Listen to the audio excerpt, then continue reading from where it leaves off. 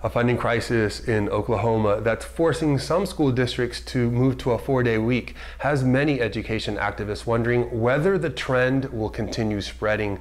Revenue shortfalls caused by massive tax cuts has lawmakers in at least 29 states, including North Carolina, Kansas, and Ohio, considering similar measures.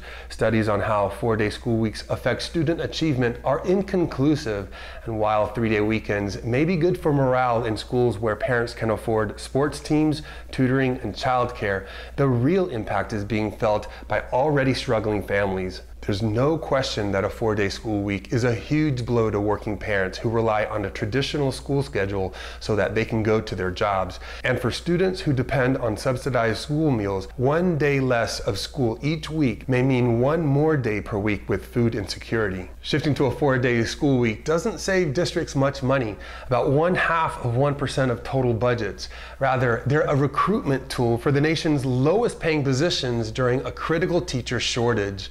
Budget shortfalls aren't just affecting the school work week, but the actual buildings themselves. Florida Governor Rick Scott is expected to sign an education bill that gives half of all capital outlay to for-profit charters, on top of the $140 million worth of incentives to open new ones. The American Society of Civil Engineers gives our public schools a grade of D+ on its report card on school infrastructure. Over half of our schools need repairs, renovations, or upgrades just to be in good condition. Research consistently shows there's a direct correlation between what we spend on schools to how well our students perform on achievement tests and other measures. In states that were forced by court order to increase education spending, research shows students experience gains in student achievement. Recent polling suggests Americans are willing to pay substantially higher taxes to improve schools.